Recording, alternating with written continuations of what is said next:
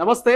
కాంగ్రెస్ వచ్చింది, కరువు తీసుకొచ్చింది. కాంగ్రెస్ వచ్చింది, కరెంటు కష్టాలు మొదలైనవి. కాంగ్రెస్ వచ్చింది, అనేక సమస్యలతో తెలంగాణ ప్రజలు ఇబ్బందులు పడుతున్నారంటూ వరుసగా ప్రతిపక్ష పార్టీ నేతలంతా కూడా అధికార పార్టీ నేతల మీద, అధికార పార్టీ మంత్రుల మీద కామెంట్ చేస్తున్నటువంటి సందర్భం. నిన్న మనం చూసినాం. నమస్తే తెలంగాణ కావచ్చు, ఇతర కొన్ని పత్రికల్లో ప్రచారం జరుగుతున్నది. వరంగల్లో ఉన్నటువంటి ఎంజిఎం హాస్పిటల్లో 6 గంటల పాటు కరెంటు పోయింది. రోగులు బయట ఊపిరి పీల్చుకోనికే చల్ల గాలికి బయట వచ్చి కూర్చున్నటువంటి పత్రికల్లో రాతలు చూసినాం. సో దీని మీద కాంగ్రెస్ పార్టీ నాయకురాలు, కాంగ్రెస్ పార్టీ వైస్ ప్రెసిడెంట్ అయినటువంటి శోభారాణి గారు బగ్గుమంటున్నారు. ఇదంతా అవాస్తవం అంటున్నారు. ఒకసారి మాట్లాడడం ప్రస్తుతం మనతో పాటున్నారు. నమస్తే. సో నిజంగా పత్రికల్లో రాసింది వాస్తవమా అవాస్తవమా? నిజంగా 6 గంటల పాటు ఎంజిఎం హాస్పిటల్లో కరెంటు పోలేదా? పోలేదు. ఎందుకు ఈ వార్తలు వస్తున్నాయంటారు? బీఆర్ఎస్ పార్టీకి సంబంధించినటువంటి వాళ్ళకి ఎక్కడో ఒక ఇష్యూ కావాలి. ఇప్పుడు ఫ్రీ బస్ ఇచ్చినాము, ఫ్రీ కరెంట్ ఇచ్చినాము, 500 రూపాయల గ్యాస్ ఇచ్చినాము, 200 యూనిట్ల కరెంట్ ఫ్రీ ఇచ్చినాము, రైతులందరూ కూడా ప్రజలందరూ కూడా హ్యాపీగా ఉన్నారు. రైతులకు 500 బోనస్ ఇచ్చినాము, అంటే రైతు బంద్ వేసినాము.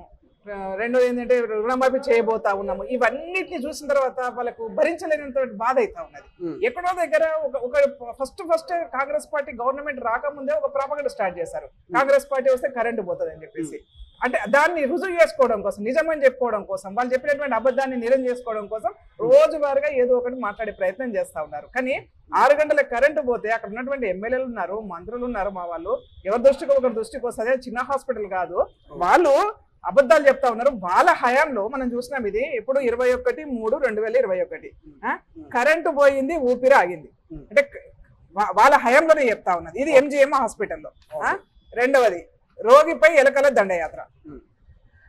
మనుషుల్ని ఎలకలు కొరుక్కొని తినిపోతా ఉంటే మనందరం చూసినాం, పేపర్లు వచ్చినాయి, నిజంగా జరిగినాయి, చనిపోయిన సంఘటనలు కూడా ఉన్నాయి. అంటే ఇట్లాంటివన్నీ కూడా వాళ్ళ హయాంలో ఫెయిల్యూర్స్ అన్ని పెట్టుకొని ఇవాళ కాంగ్రెస్ పార్టీ మీద వాళ్ళు తప్పు ప్రచారం చేసే ప్రయత్నం చేస్తా ఉన్నారు. కాబట్టి వాళ్ళకి ఏం పని లేదు. ఇవాళ అయిపోయింది. ఇప్పుడు పార్లమెంట్ ఎన్నికల తర్వాత వాళ్ళ పార్టీ మూతపడే పరిస్థితి వచ్చింది. వాళ్ళ దిక్కు దివానం లేకుండా వాళ్ళ టోయిలెట్ బోర్డు పెట్టుకునే పరిస్థితికి వస్తా ఉన్నది. కాబట్టి ఇవాళ వాళ్ళు దీన్ని ఏదో రకంగా ప్రజలలో మేము ఉన్నాం అనిపించుకోవడం కోసము, లేకపోతే మేము మీకు అండగా ఉంటున్నామని చెప్పి అనిపించుకోవడం కోసము, వాళ్ళ యొక్క ఏమంటారు వ్యక్తిగతమైనటువంటి ప్రాపగండా కోసము ఇవన్నీ మాట్లాడుతున్నారని చెప్పేసి మేము భావిస్తాం. కానీ మొదట్లో కరువు అన్నారు. ఎందుకంటే చెరువులు ఎండిపోతున్నాయి, అటు రైతుల పొలాలు ఎండిపోతున్నాయి, కరువు మొదలైంది. ఇది కాలంతో వచ్చిన కరువు కాదు, కాంగ్రెస్ తెచ్చిన కరువు అన్నారు. ఇప్పుడేమో కరెంట్ అంటున్నారు. మళ్ళీ ఇంకోటి, వడ్ల కొనుగోలు ప్రక్రియ పూర్తి స్థాయిలో జరగట్లేదు. 500 బోనస్ గతంలో వడ్ల కొనుగోలు మీద కాంగ్రెస్ ఇలా మాట మార్చి కేవలం సన్నాలకే 500 బోనస్ అంటున్నది. రైతు వ్యతిరేక కాంగ్రెస్ అంటూ కూడా ప్రతిపక్షాలు కామెంట్ చేస్తున్నాయి. ఎట్లా సమాధానం చెప్తారు? అంటే నేను ఇందాక అన్నా కదా, కరువు అనేది ఒక పార్టీ తీసుకురాదు. ప్రకృతి మన మీద పగబడుతునో లేకపోతే మనం చేసే తప్పిదాల వలన కరువులు వస్తాయి. అంతేగాని ఒక కాంగ్రెస్ పార్టీ వస్తే కరువు వస్తుంది అనుకుంటే సిగ్గుపోతుంది. కొంచెం చదువుకున్నారా వీళ్ళు, లేకపోతే పెద్ద అమెరికాలో చదువుకుని వచ్చినామని చెప్తారు. ఏం మాట్లాడుతున్నారని వాళ్ళు సైన్స్ తెలుసా లేదా వాళ్ళకి? రెండోది, కాంగ్రెస్ వచ్చింది, చెరువులు నిండుతా ఉన్నాయి, కాలం బాగా అవుతుందని చెప్తా ఉన్నారు. రైతులందరూ హ్యాపీగా ముందస్తు దున్నకాలు స్టార్ట్ చేసినారు, విత్తనాల కోసం పరిగెడతా ఉన్నారు, ముందస్తు విత్తనాలు తెచ్చి పెట్టుకుందామని చెప్పేసి. అంటే ఎంత హ్యాపీగా ఉన్నారో మనకు అర్థమవుతా ఉన్నది. అంటే వాళ్ళు చెప్తున్న దానికి మీరు 15 రోజులు కాలే. మీరు మొన్న చెప్పిన కరువు వచ్చింది, కాంగ్రెస్ వచ్చింది, కరువు వచ్చిందని 15 రోజులు కాలేదు. వర్షాలు పడ్డాయి, బ్రహ్మాండంగా రైతులందరూ హ్యాపీగా ఉన్నారు. రైతులకు బోనస్ ఇస్తామని చెప్పినాము, 500 రూపాయలు బోనస్ ఇస్తా ఉన్నాము. ఇంకా ప్రజల నుంచి డిమాండ్ వస్తే తప్పకుండా ప్రభుత్వం పరిశీలన చేస్తుంది. అంతేగాని మీరు ఈ అన్నానికి కాంగ్రెస్ పార్టీ ఇస్తున్న దానికి, ప్రజలు లబ్ధి పొందుతున్న దానికి వీళ్ళ కడుపు మంటతో మాట్లాడుతున్న విధానం మనకు కనిపిస్తా ఉంది స్పష్టంగా. మీరు మాట్లాడుతున్న అన్ని కూడా శుద్ధ అబద్ధాలు కదా. మీరు మాట్లాడుతున్న ప్రతి ఒక్కటి అబద్ధమే కనిపిస్తా ఉన్నది. ఎక్కడ చెప్పండి? కానీ వాళ్ళ మంత్రులు పక్క రాష్ట్రంలో ప్రచారాలకు పోతా ఉన్నారు, కానీ పక్కనే ఉన్నటువంటి వడ్ల కళ్ళాల దగ్గర పోతలేరు, రైతుల్ని పరామర్శిస్తలేరు అంటున్నారు. అందుకే హరీష్ రావు గారు మేము వెళ్ళి రైతుల్ని పరామర్శిస్తున్నాము, ఆ వడ్ల కుప్పల్ని చూస్తా ఉన్నాం అంటున్నారు. ఎట్లా చూస్తారు? వాస్తవమేనా ఇది అనుధికారంలో ఉన్నప్పుడు హరీష్ రావు గారు చేస్తే బాగుండేది. ఎందుకంటే నేను స్వయంగా చూశాను. సిద్దిపేట గానీ, దొమ్మాట, మిర్దొడ్డి ఆ ప్రాంతాలలో పోయిన ఎన్నికల సందర్భంలో అనుకుంటాం తిరిగినప్పుడు, బై ఎలక్షన్స్ టైంలో ఎక్కడ పడితే అక్కడ కుప్పలు కనబడ్డాయి, మొత్తం మొలకలు వచ్చిపోయినాయి. ఎందుకు కొనట్లేదంటే వాళ్ళు ఏదో సాగు చెప్పినారు. వర్షాలు బాగా పడ్డాయి, మేము పంట ఎక్కువ పండించినాం, ప్యాడ్ ఎక్కువ వచ్చిందని చెప్పేసి మాట్లాడినారు. మేము ఇవాళ చెప్తా ఉన్నాం, ముఖ్యమంత్రి గారు రివ్యూ చేస్తున్నారు, పదే చెప్తా ఉన్నారు, ఎక్కడ కూడా కళ్ళాలలో ఒడ్లు నిల్వ ఉండొద్దు, మీరు వచ్చినట్టుగా కొనుగోలు చేయమని చెప్పేసి స్పష్టంగా చెప్తా ఉన్నారు. ఈ వీళ్ళు మనం చూసినంతలో టిఆర్ఎస్ పార్టీ అధికారంలో ఉన్నప్పుడు ఏ ఒక్క రోజు కూడా రివ్యూ చేసి కళ్ళాల నుంచి వడ్లు తీసుకోమని చెప్పలేదు. ఇప్పుడు రంగు మారిన విత్తనాలకు కానీ రంగు మారినటువంటి వడ్లకు కానీ మేము ఏ ఒక్క వడ్ల గింజలు కూడా వెనక్కి పోకుండా కొనుగోలు చేస్తామని ప్రజలకు హామీ ఇవ్వలేదు. ఇవాళ మేము ఇస్తా ఉన్నాం కాంగ్రెస్ పార్టీ నుంచి. మేము కాంగ్రెస్ పార్టీని చెప్తా ఉన్నాం, రంగు మారిన ధాన్యమైనా సరే మీరు ఎవరు కూడా భయపడాల్సిన అవసరం లేదు. కాంగ్రెస్ పార్టీ ఉంది, మీకు కాంగ్రెస్ పార్టీ సపోర్ట్ గా ఉంది. ఇక్కడ ఉన్నది రేవంత్ రెడ్డి గారి ప్రభుత్వము, కాంగ్రెస్ పార్టీ ప్రభుత్వము. ప్రతి గింజ కొనుగోలు చేస్తామని చెప్పేసి రైతులకు ముందస్తుగానే మేము ధైర్యం చెప్పినాం. ఎవరు అధైర్యపడతలేరు, రైతులు ఆనందంగా ఉన్నారు. రైట్, మరి ఒకవేళ వర్షాలు పడి రంగు మారిపోయినా కొనడానికి ప్రభుత్వం సిద్ధంగా ఉన్నప్పుడు వీళ్ళకేం నొప్పి అవుతుందండి. అందుకనే వీళ్ళు చెప్తున్నాయి అన్ని అబద్ధాలు మాట్లాడుతూ ఉన్నారు. రోజువారీగా ఎక్కడ ఏ అవకాశం వస్తుందా? ఇదే హరీష్ రావు గారు మరి పక్కనే ఉన్న సిద్దిపేటలో ఎందుకు పోలే, మార్కెట్ యార్డ్కు పక్కనే ఉన్న మిర్దోటికి ఎందుకు పోలే? రోడ్ల మీదనే పోసారు కదా కుప్పలు. ఇవాళ రాజకీయాల కోసం మీరు రోడ్ల మీద కుప్పల కాడికి పోతామన్నారు. ఇదే కుప్పల కాడికి పోడు మీరు అధికారంలో ఉన్నప్పుడు పోతే రైతులు బాగుపడేవాళ్ళు కదా, అప్పుడు ఎందుకు పోలేదు? అండ్ దాంతోపాటు బీజేపీ ఏదైతే ఎల్ఐటి మహేశ్వర్ రెడ్డి గారు కామెంట్ చేస్తున్నారు, అంతకుముందు ఆర్ఆర్ ట్యాక్స్ అన్నారు, మీ అందరికి తెలిసిందే. ఇప్పుడు కొత్తగా యూ ట్యాక్స్ అంటున్నారు. యూ ట్యాక్స్ ద్వారా 100 కోట్లు ఢిల్లీకి పోతున్నాయి అంటున్నారు. ఎందుకు వరుసగా మీ ప్రభుత్వం మీద మంత్రుల మీద ఎందుకు ఇటువంటి ఆరోపణలు వస్తున్నాయి? ఏం చెప్తారు మీరు? నేను ఇంతకు ముందే చెప్పాను, ప్రజలకు చేరువగా ఉండి ప్రజాప్రభుత్వంగా ఉండి ప్రజల యొక్క మేలు కోరుతున్నటువంటి ప్రభుత్వం కాంగ్రెస్ పార్టీ ప్రభుత్వం. కాబట్టి Bharatiya Janata party BRS party వేరుగా అనుకోవట్లేదు. ఇద్దరు కూడా కులగలుపుకొనే ఒకటే పేపర్ను పొద్దున కూడా మాట్లాడతాడు, సాయంత్రం కూడా మాట్లాడతాడు. కాబట్టి వాళ్ళు చేస్తున్నటువంటి నేను అడుగుతా మహేశ్వర్ రెడ్డి గారిని, మరి ఆయన నిన్న కాంగ్రెస్ పార్టీనే ఉన్నాడు, మొన్ననే బీజేపీ పోయినట్టు బహుశా తెలుసుకోవాలి బీజేపీల దగ్గర నుంచి. ఆయన మరి బీజేపీ పాలిత రాష్ట్రాలు ఉన్నాయి కదా, మరి వాళ్ళ దగ్గర నుంచి ట్యాక్స్లు కలెక్ట్ చేస్తున్నారా వాళ్ళు? అంటే వాళ్ళకి అలవాటు ఉందా? అదే జరుగుతున్నదా? మాకు డౌట్ వస్తా ఉన్నది. మరి అసలు వాళ్ళ మీద ఎంక్వైరీ చేయాలి ఫస్ట్. వాళ్ళ అధికారంలో ఉన్నటువంటి రాష్ట్రాల నుంచి ట్యాక్సులు పోతున్నాయా?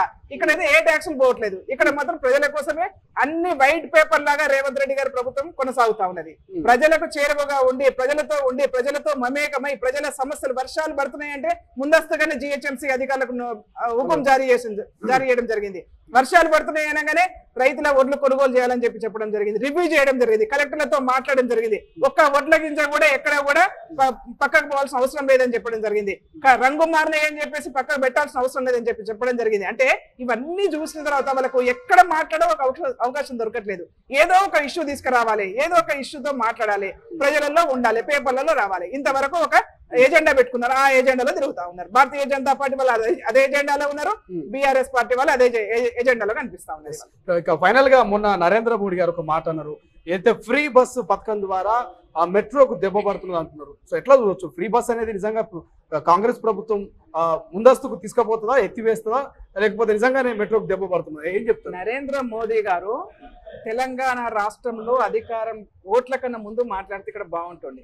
ఇక్కడ ఓట్లు అయిపోగానే ఇక్కడ నుంచి బయటపడ్డాడు, అక్కడ పోగానే ఢిల్లీ పోయి మాట్లాడిండు ఆయన. ఇక్కడ ప్రజలకు ఎంత హ్యాపీగా ఉన్నారో, మహిళలు ఎంత హ్యాపీగా ఉన్నారో మనం చూస్తా ఉన్నాం. కాంగ్రెస్ పార్టీ ఒక పథకం తీసుకొచ్చిందంటే వెనక్కి తీసుకునే సమస్య లేదు, ప్రసక్తే లేదు.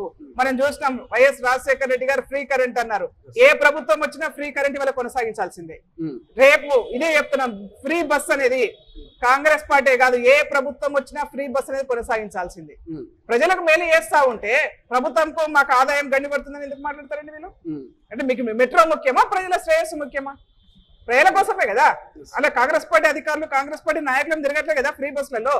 సామాన్యమైనటువంటి ప్రజలు, రోజువారీ కూలీ చేసుకునే వాళ్ళు, రోజువారీ చిన్న చిన్న షాపులకు వెళ్లే వాళ్ళు, కాలేజీలకు వెళ్తున్నటువంటి పిల్లలు, చిన్న చిన్న ఫంక్షన్లకు మిడిల్ క్లాస్ లో బిలో మిడిల్ క్లాస్ వాళ్ళు కదా ఆర్టీసీ బస్సులలో ప్రయాణం చేస్తూ హ్యాపీగా కాంగ్రెస్ పార్టీ మాకు అవకాశం ఇచ్చింది, 200-300 రూపాయలు మాకు రోజువారీగా తప్పుతున్నాయని చెప్పేసి ఆనందపడతా ఉంటే చూసి ఓర్వలేక మెట్రోని ఎవరు వ్యతిరేకిస్తలే. కానీ మెట్రో గురించి నువ్వు ఎందుకు మాట్లాడు? మెట్రో ప్రత్యామ్నాయ మార్గాలు వెతుకును. ప్రజలకు మేలు చేయాలనుకున్నప్పుడు ప్రత్యామ్నాయ మార్గాలు వెతకాలి కదా. ఎందుకు ఇక్కడ ఎన్నికలు అయిపోయిన తర్వాత మాట్లాడుతున్నాను? కర్ణాటకలో, తెలంగాణ రాష్ట్రంలో ఫ్రీ బస్ అనేది కొనసాగుతా ఉన్నది. ఇక్కడ ఎన్నికలు అయిపోగానే మాట్లాడుతున్నావు అంటే ఓడ దాటినాక బోడమల్లప్ప. ఇవాళ భారతీయ జనతా పార్టీ విధానం అది కనిపిస్తా ఉంది. శుభరాణి గారు, అసెంబ్లీ ఎన్నికల ద్వారా అధికారంలోకి వచ్చిన కాంగ్రెస్ పార్టీ ఏదైతే పార్లమెంట్ ఎన్నికలు కూడా మొన్న ఎదుర్కొన్నది, సో భారీ మెజార్టీ వస్తుంది అనుకుంటున్నారు.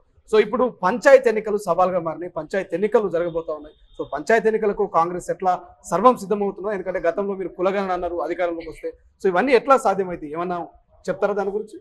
ఇప్పుడు పంచాయతీ ఎన్నికలు మనం చూసాము, గ్రామీణ ప్రాంతాలలో గ్రామాలు పట్టుకొమ్మలని చెప్పేసి చెప్పినటువంటి party Congress party. BRS party హయాంలో అనేక మంది సర్పంచులు అప్పులు వేసి భిక్షగాలలాగా మారి చివరకు ఆత్మహత్యలు చేసుకున్నటువంటి దౌర్భాగ్య పరిస్థితికి వాళ్ళ గ్రామ పంచాయతీలు నెట్టబడ్డాయి. కాబట్టి గ్రామ పంచాయతీ ఎన్నికల్లో కూడా సర్పంచ్లకు కానీ లోకల్ బాడీస్ అన్నిటి కూడా గర్వంగా ప్రజా పరిపాలన కొనసాగించే విధంగా కాంగ్రెస్ పార్టీ నిర్ణయాలు తీసుకోబోతా ఉన్నది. తప్పకుండా బీసీ గణన చేయాలనేది కాంగ్రెస్ పార్టీ సిద్ధాంతము. రేపు అధికారంలోకి వచ్చిన తర్వాత సెంట్రల్ లో డెఫినెట్ గా ఇంప్లిమెంటేషన్ జరుగుతుంది. Thank you so much. So ఇది మొత్తం మీద అయితే కాంగ్రెస్ పార్టీ వైస్ ప్రెసిడెంట్ అయినటువంటి శోభారాణి గారు క్లారిటీగా చెప్తా ఉన్నారు. ఎక్కడో ఒక చోట చిన్న నిమిషం పాటు రెప్పపాటు కరెంటు పోయిండొచ్చు, కాదనట్లేదు. కానీ గంటల తరబడి కరెంటు పోయినట్టు తప్పుడు ఆరోపణలు చేస్తే ఊరుకోమంటూ ఆమె ప్రతిపక్షాలకైతే వార్నింగ్ ఇచ్చే పరిస్థితి మనకు ప్రస్తుతం కనిపిస్తుంది. సో చూద్దాం మరి నిజంగా కాంగ్రెస్ వచ్చినాక కరువు వచ్చిందా, కాంగ్రెస్ వచ్చినాక కరెంటు కష్టాలు ఏర్పడ్డాయా అనేది ప్రజల్లో ఇప్పటికే అర్థమైపోతుంది. ప్రజలు క్లియర్ గా ఒక విజన్ తో ఉన్నట్టు తెలుస్తా ఉంది. సో మరి పార్లమెంట్ ఎన్నికల ఫలితాలు తెలియపోతుంది. కాంగ్రెస్ చెప్తున్నది నిజమా, మరి ప్రతిపక్షాలు చెప్తున్నదా నిజమా అనేది ఆ యొక్క లోక్సభ ఎన్నికల ఫలితాలు చూస్తే ఒక స్పష్టత తెలుస్తోంది. కెమెరా పర్సన్ అజయ్తో శ్రీశైలం, తొలి వెలుగు, హైదరాబాద్. అసలైన తొలి వెలుగు. ఫాలో వాట్సాప్ @తొలి వెలుగు official.